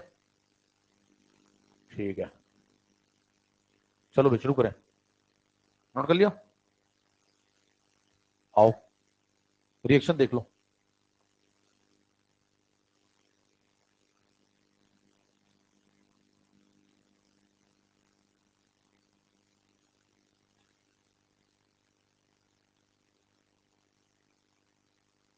ये रिएक्शन है, कोफिशिएंट बताओ, इसका कोफिशिएंट, इसका, इसका, इसका। अब बताएं, चारों के बीच में एक रेशियो सेट हो चुका है। अब जो रेशियो सेट हो चुका है, इसमें ध्यान से देखिए, जो सबसे तेज रफ्तार के साथ कौन खेल रहा है, ठीक है? उसके बाद सेकंड नंबर पे कौन है, थर्ड नंबर पे सबसे धीमा कौन खेल रहा है, ये दोनों में टाई है। तो बताइए सबसे बड़ा आंसर किसका आना चाहिए? पानी का। 2 नंबर पे किसका आंसर आना चाहिए? O2 का। सबसे कम आंसर NO का और अमोनिया का, बराबर है? सवाल कैसे कैसे आते हैं देखिए, छोटे छोटे सवाल भी आते हैं, क्योंकि इतना बड़ा सवाल एक साथ थोड़ी आ जाएगा। छोटे छोटे सवाल कैसे आते हैं ये देखिए, टुकड़े टुकड़े में पूछेगा। कहेगा मान लीजिए इसमें से, सुनते हैं ना, मान लीजिए इसमें से किसी एक का आंसर उसने दे दिया, जैसे सवाल में आपको किसका आंसर दिया, NO का। NO का दे दिया और पानी का पूछ लिया, क्या करोगे सबसे पहले? मिल जाओगे, हाउ डिवाइड करें, मल्टीप्लाई करें, गुणा भाग पेन, पहले ऑप्शन देखा करिए। अगर इसका आंसर 4 है तो इसका आंसर 6 होगा, तो यानी कि इसका आंसर हर हाल में बड़ा होगा इससे। 4 ऑप्शन लिखे होंगे, उसमें चारों ऑप्शन में देखिए कौन सा आंसर इसके आंसर से बड़ा है। अगर केवल एक ऑप्शन है, बाकी छोटे हैं, तो उनको खत्म करें, कहानी खत्म, वापस आ जाए, कुछ लिखने की आवश्यकता नहीं है। लेकिन अगर चारों आंसर आपको दिखते हैं या 3 आंसर दिखते हैं कि बड़े हैं, तो फिर आगे बढ़े।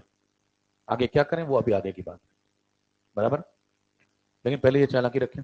कई बार क्या होता है, सवाल में ऑप्शन इतने घटिया होते हैं कि आप पिले रहते हैं फालतू में, उतनी देर में आपको तुरंत क्या करना चाहिए, खत्म करिए, अगला सवाल लगाइए। वहां सम्मान नहीं करना है सस्ते सवाल का। अब बताइए, इसकी रफ्तार 5 तो इसकी रफ्तार, कल को इसका आंसर दे दिया, इसका पूछ लिया तो इसकी रफ्तार इससे ज्यादा, 4 ऑप्शन चेक करेंगे। इसका दे दिया, इसका पूछ लिया तो बराबर, इसका दे दिया और इसका पूछा है तो 4 ऑप्शन देखेंगे, उसमें जिसमें इसका आंसर इससे भी बड़ा हो और इसका इससे भी बड़ा। इसे कहते हैं ऑब्जेक्टिव अप्रोच। धीरे धीरे ऑब्जेक्टिव अप्रोच डेवलप करिए। क्या बोल रहा हूं मैं? अगर इसका 4 है और इसका पूछा है एक साथ कॉमा लगा के, तो दोनों जो कॉमा कॉमा में 2 वैल्यूज है, वो दोनों वैल्यूज इसकी वाली दोनों इससे बड़ी होनी चाहिए। ये भी इससे बड़ा और ये भी इससे बड़ा, 2 बड़ी वैल्यूज ढूंढिए इससे, बराबर, ऑप्शन वाइज। और फिर अगर उसमें भी 2 ऑप्शन बच जाएं, तो इसकी वाली इससे भी बड़ी होनी चाहिए। ऐसा करते करते एक ही ऑप्शन बचता है, अगर आपकी किस्मत फूटी हुई नहीं है एकदम, समझ ना? नहीं तो फिर सॉल्व करेंगे, आखिरी उपाय है सॉल्व करना। लेकिन ये सब दिमाग में रखिए, और ये सब फिजिक्स में भी काम आता है, ऐसा नहीं सिर्फ यहीं पे। तो अप्रोच डेवलप करिए, ये अप्रोच डेवलपमेंट का काम। इसमें से किसकी रफ्तार दी है, कितनी? कुछ डिवाइड डिवाइड नहीं करना। देखिए यूनिट देखिए, मोल पर लीटर पर टाइम। पिछली बार देखो क्या था, पिछली बार था मोल पर लीटर और फिर यहाँ टाइम अलग से था तो डिवाइड किया था। अंतर समझ रहे हो सवाल? आ जाओ तो उठाओ डेटा भैया। 3.6 10 टू द पावर -3। अब इसकी दी है और बाकी की बतानी है। अब रेशियो रेशियो आप शुरू कर दीजिए। इस बार सवाल उतना सीधा नहीं है। पिछले सवाल इस सवाल में कौन सा डेटा आसान लग रहा है? पिछला वाला। पिछला वाला क्यों आसान था? क्योंकि जो कोफिशिएंट था उसी में उसका फॉर्मेट मिल गया। मैं सीधे देखिए, ये कितना है 4, और ये कितना है 4 इंटू समथिंग, है ना? ये 4 है और ये 4 इंटू समथिंग है, तो देखना बड़ा आसान हो गया। ये 4 इंटू समथिंग है तो ये 2 इंटू समथिंग होगा। तो पिछली बार देखना आसान था, इस बार क्यों नहीं आसान है उतना? क्योंकि ये 4 है लेकिन यहाँ पे 4 इंटू समथिंग जैसा कुछ नजर, इसलिए थोड़ा सा डेटा पहले से कठिन है। ऐसा डेटा आ जाए तो क्या करें, तब भी कर सकते हैं लेकिन थोड़ी सी मेहनत करनी पड़ेगी। क्या करेंगे? थोड़ी सी मेहनत, रेशियो से मॉडिफाई करेंगे। देखिए इसका 4 है तो इसका तो 4 ही होगा, तो इसका अगर x है तो इसका तो सीधे लिख दें, खत्म हो गया ये सवाल। तो सस्ता था। बाकी पे आइए, इस पे और इस पे। इसका 4 तो इसका 5। देखिए इसका 4 तो इसका 5, तो लिख लें थोड़ा सा। इसका 4 तो इसका 5। अगर इसका 1 होता तो इसका 5/4। अगर इसका 1x होता तो इसका 5/4x। बोलो भाई, तो इसका जितना भी, इसको x मान लो, तो इसका कितना 5/4 टाइम्स, तो 5/4 मल्टीप्लाई कर दो, इसमें हो जाएगा। तो थोड़ा सा लिख लें, अगर ऐसे डायरेक्ट नहीं हो रहा है तो ये लें। मैक्सिमम मैक्सिमम ये करना पड़ेगा। बगल वाले का निकाल लोगे। इसका 4 तो इसका 6, रेशियो है, यूनिटरी मेथड। इसका 4 तो इसका 6, तो इसका 2 तो इसका 3, तो इसका 1 तो इसका 3/2, तो इसका 1x तो इसका 3/2x। खत्म। अब अगर इसका x है तो इसका कितना 3/2x। 3/2 मल्टीप्लाई करो, खत्म हो गया। सॉल्व करेंगे, आंसर मिल जाएगा आपको। अब बचा रेट ऑफ रिएक्शन। बताओ रेट ऑफ रिएक्शन कैसे बताओगे? बताओ। पर एंटिटी। ये कितनी एंटिटी पे आंसर है? 4, तो इसमें 4 डिवाइड कर दें, या फिर इसमें 5 डिवाइड कर दें, या फिर इसमें 4 डिवाइड कर दें, या फिर इसमें 6 डिवाइड कर दें। तो क्या वहां चारों बार चेक करोगे कि चारों बराबर आ रहे हैं कि नहीं? अब आपको क्लियर है बराबर तो आते ही है, तो कोई एक से करके निकल लो।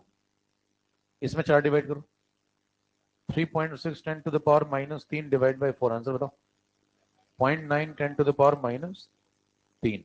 9 इंटू 10 टू द पावर -4 भी लिख सकते हैं। अरे ठीक है, खींचो, सारी बातें खत्म। तो कैसा भी डेटा आ जाए, आपको ये भी यकीन हो गया कि कैसा भी डेटा आ जाए हो जाएगा रेशियो से। कठिन है चाहे डेटा, चाहे आसान है। दो प्रकार के डेटा होते हैं, एक इजी डेटा होगा। इजी डेटा का मतलब जो रेशियो में कोफिशिएंट होंगे वो डायरेक्ट डेटा से मैच कर रहे होंगे, तो बहुत आसान सवाल है। नहीं मैच कर रहे हैं, थोड़ा सा कठिन है।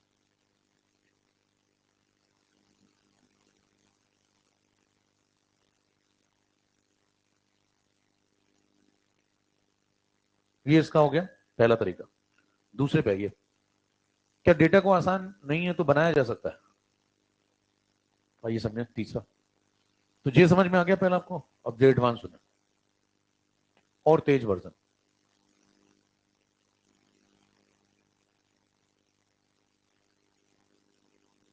नोट कर लिया? ठीक है, एडवांस वर्जन सुनिए। वो कहता है कि डेटा अपने फेवर में नहीं तो डेटा को फेवर में बनाइए।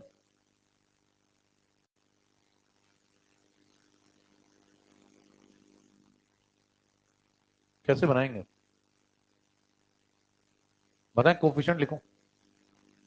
इसका कितना, इसका, इसका, इसका 6। ठीक है, आगे बढ़िए। किसी का रेशियो दिया, किसी की वैल्यू दिया आपको, इसकी कितनी? 3.6 10 टू द पावर।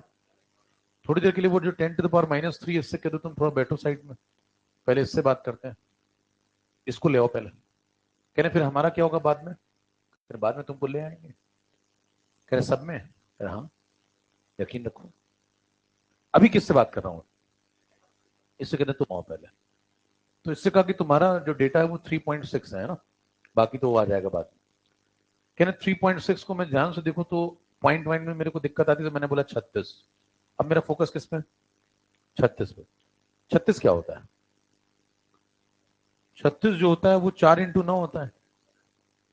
अब अगर आपके तेज दिमाग में ख्याल उठता है नहीं 36 12x3 भी होता है, तो ये तरीका आपके लिए नहीं है, आपका हो चुका है।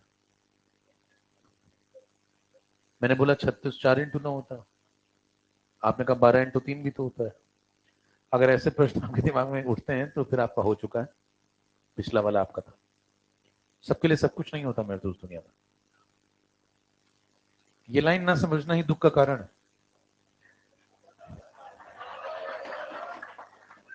यहीं से उत्पन्न है पहला दुख। अब देखिए 36 जो है वो 4x9 है। अब अगर 36 4x9 है, दुख के कारण बताएंगे। एक सेशन रखा हमने यूट्यूब पे 21 तारीख को 12:30 बजे। नया कुछ लॉन्च कर रहे हैं।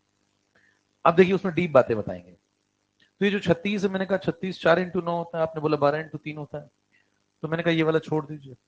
4x9 के पीछे क्यों पड़े हैं? क्योंकि डेटा फेवर में नहीं है, कोफिशिएंट से मैच नहीं कर रहा है डेटा, तो मैं बना रहा हूं मैच करता हुआ। मेरे को 4x समथिंग चाहिए, यहाँ पे डेटा मिल नहीं रहा है, तो मैं बना रहा हूँ 4x समथिंग। बराबर। तो मैंने बताई 36 को क्या लिखा? 4x9। अब उसने बोला नहीं वहां तो 3.6 है, यहाँ क्या दिख रहा है आपको? 3.6। तो मैंने कहा 3.6 को मैं क्या लिखूंगा? 4x0.9। एक में डेसिमल लगा दिया। अब अगर आप कहते हैं कि नहीं 3.6 को मैं 0.4x9 भी तो लिख सकता हूं, तो ये तरीका आपके लिए नहीं है, आपका हो चुका है। बार बार मैं क्या कोशिश कर रहा हूं, समझ पा रहा है? डेटा अपने फेवर में ला रहा हूं। मेरे को डेटा 4x समथिंग में चाहिए, तो मैं कोशिश कर रहा हूं कि 4 बाहर आ जाए।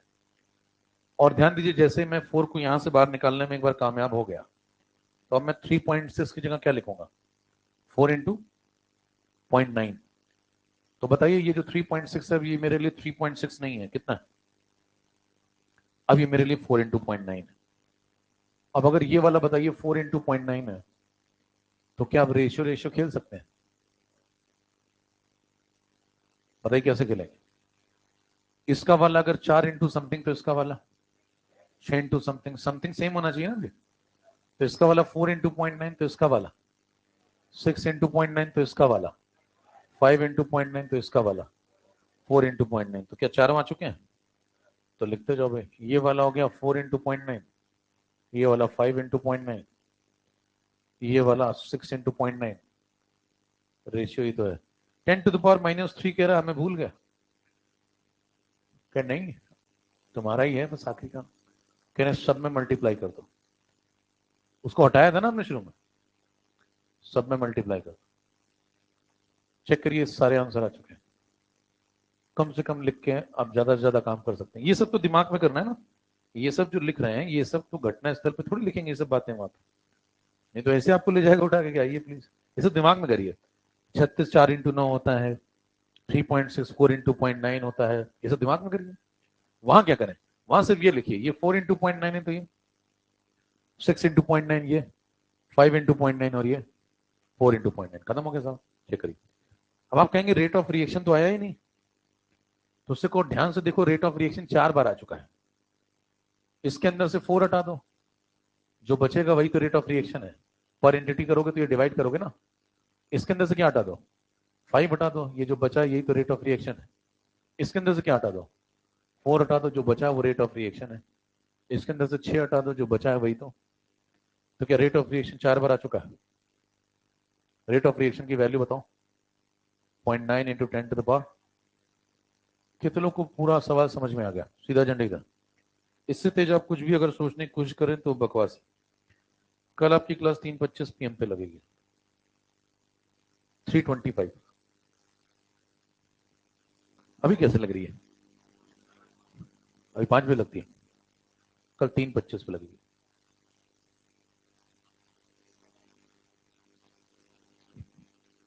धीरे धीरे ऐसे करते करते तुम लोग सुबह आ जाओगे। फिर सुबह 6 बजे आइए।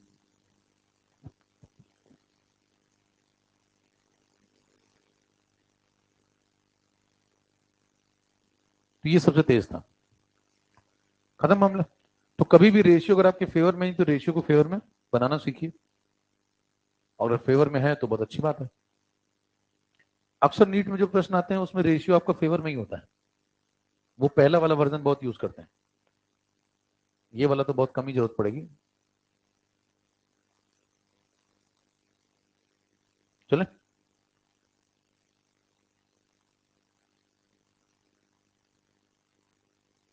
ठीक है, कोई नोट कर रहा है? जल्दी कीजिए।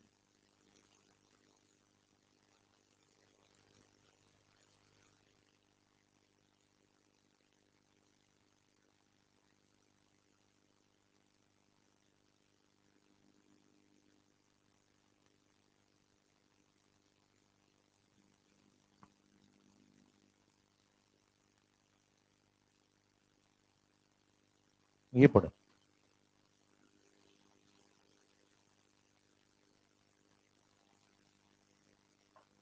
सवाल नोट करें।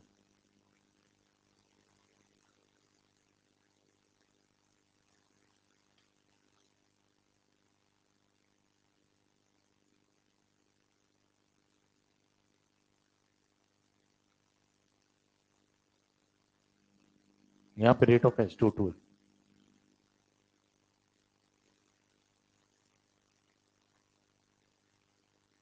चलो जितना दिख रहा है उतना नोट कर लो पहले। Find the disappearance, rate of disappearance of H2O2। इसको सही कर लेना थोड़ा लैंग्वेज का। रेट ऑफ डिसअपियरेंस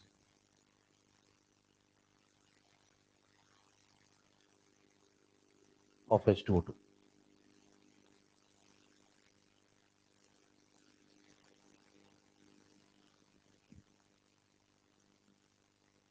लगाओ, लगाना है, पहला दूसरा तीसरा चौथा।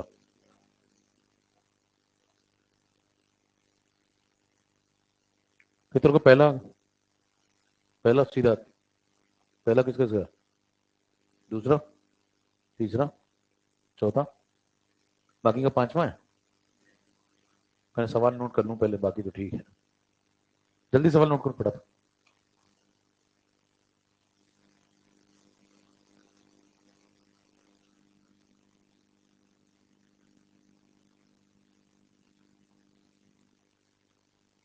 अब इस सवाल में नई बात क्या है, ऑप्शन भी लिख लेना।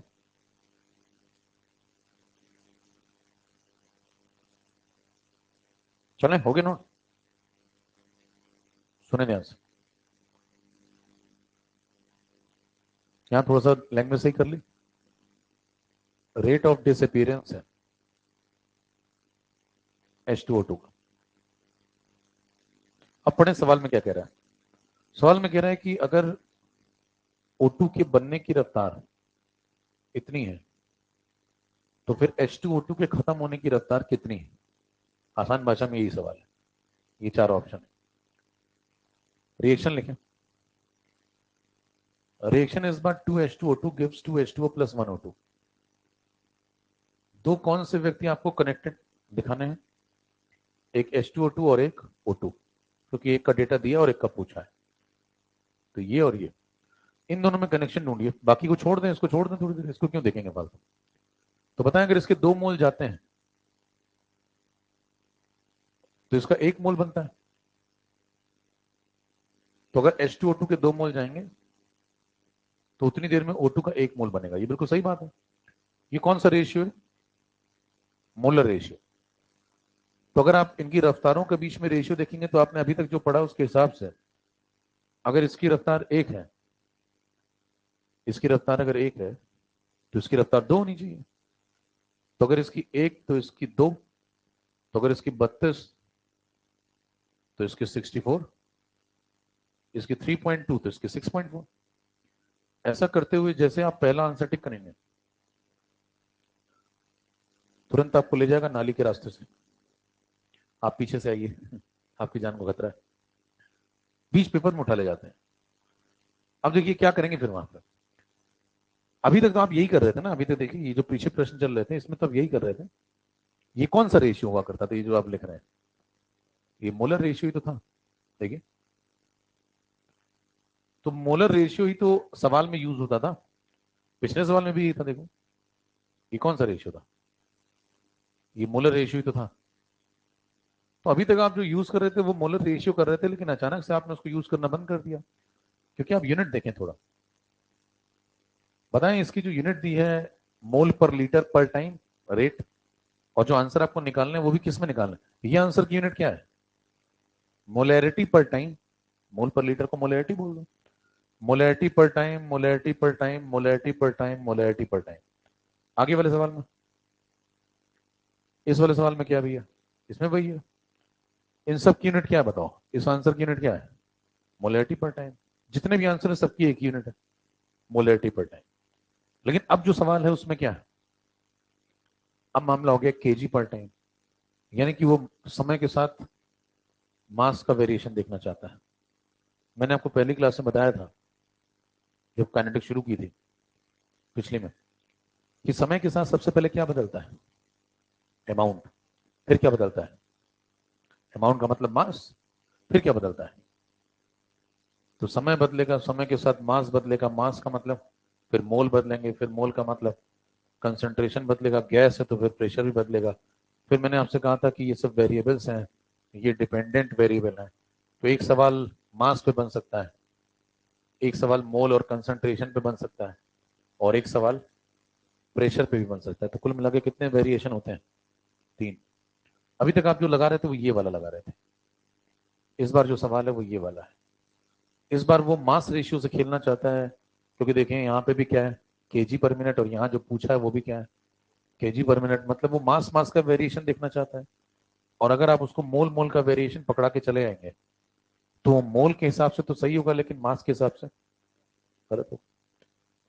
अगर आपने पिछले इस सवाल के अंदर मान लीजिए आप तय करके बैठे, नहीं मैं तो यही आंसर टिक करूंगा, अगर यही टिक करने का आपको बहुत मन है तो फिर सवाल क्या होना चाहिए, मान लो जवाब आप फिक्स करके बैठे हैं तो सवाल क्या होना चाहिए, यहाँ थोड़ी देर के लिए 3.2 मोलैरिटी पर मिनट कर दो। क्या कर दो, यहाँ केजी की जगह मोलैरिटी पर मिनट कर दो, तो यहाँ पे मोलैरिटी पर मिनट में ये आंसर आ जाएगा।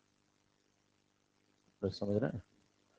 तो अगर आप कसम खा के बैठे नहीं मेरे को 6.4 ही टिक करना है, तो क्या सवाल को मॉडिफाई कर दूं, ठीक है। तो अगर मान लीजिए मैं कहता हूं कि इसका 32 तो इसका 64, लेकिन फिर यूनिट होनी चाहिए क्या, मोलैरिटी पर मिनट, मोलैरिटी पर मिनट, जो कि है नहीं।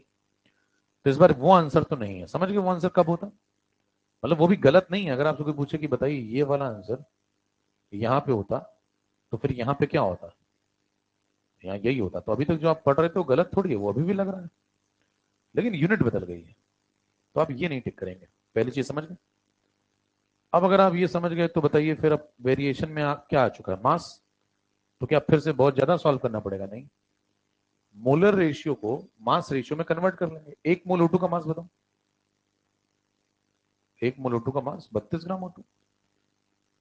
तो बताइए 2 मोल H2O2 का मास, एक मोल H2O2 कितना मास होता है, H1 × 2, ये 16 × 2, तो 32 2 34, तो एक मोल का कितना 34, तो 2 मोल का 34 × 2 68 लिख दें। देखिए एक मोल का 34 आ रहा है ना, तो 2 मोल का लिखना है ना यहाँ, तो कितना हो गया 68 ग्राम।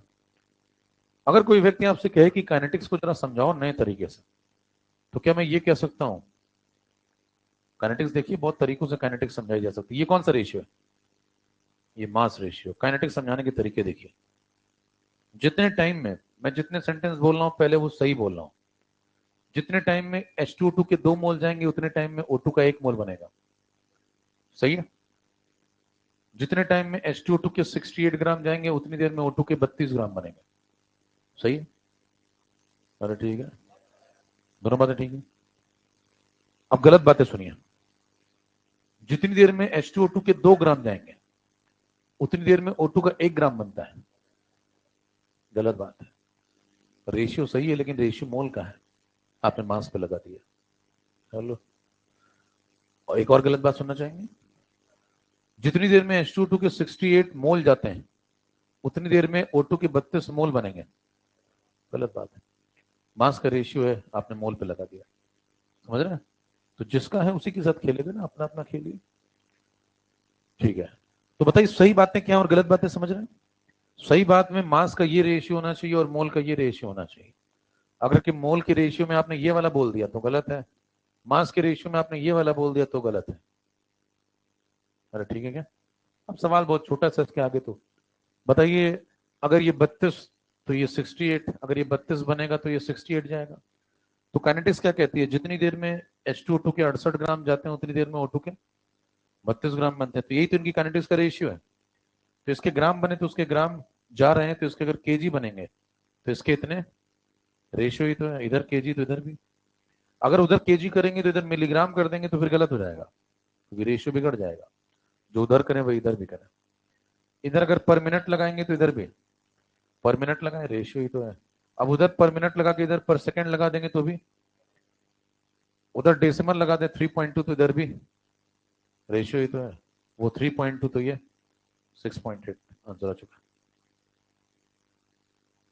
क्लियर मामला? तो सवाल अभी भी एक लाइन में ही लग रहा है, लेकिन सवाल को थोड़ा समझना पड़ेगा। ये कौन सा सवाल था? मास मास। अगर मान लो यहाँ मैं केजी की जगह मिलीग्राम कर दूं तो यहाँ भी क्या हो जाएगा? रेशियो। ऐसे हजारों सवाल बना सकते हैं। ठीक है, कल को और क्या सवाल बना सकता है? ये अगर 1.6 है तो ये बताओ, रेशियो ही तो है। अगर ये 32 तो वो 68, ये 16 तो वो 34। खेलिए तो दिमाग में। ये 32 तो वो 68, ये 16 तो वो 34, ये 1.6 तो वो 3.4, वो 3.4 तो ये 1.6। सवाल देखिए आप कितने प्रकार के हैं।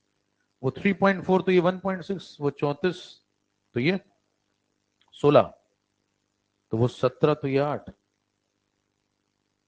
हेलो, वो 17 तो ये 8 तो वो 17, ये 0.8 तो वो 1.7, वो 1.7 तो ये 0.8, वो 0.17 तो ये 0.08, ये 0.08 तो वो 1.17। ऐसे आप हजारों सवाल बना सकते हैं। घर जाइए और आनंद लीजिए। नमस्कार। यही सवाल पूछा ना मैंने?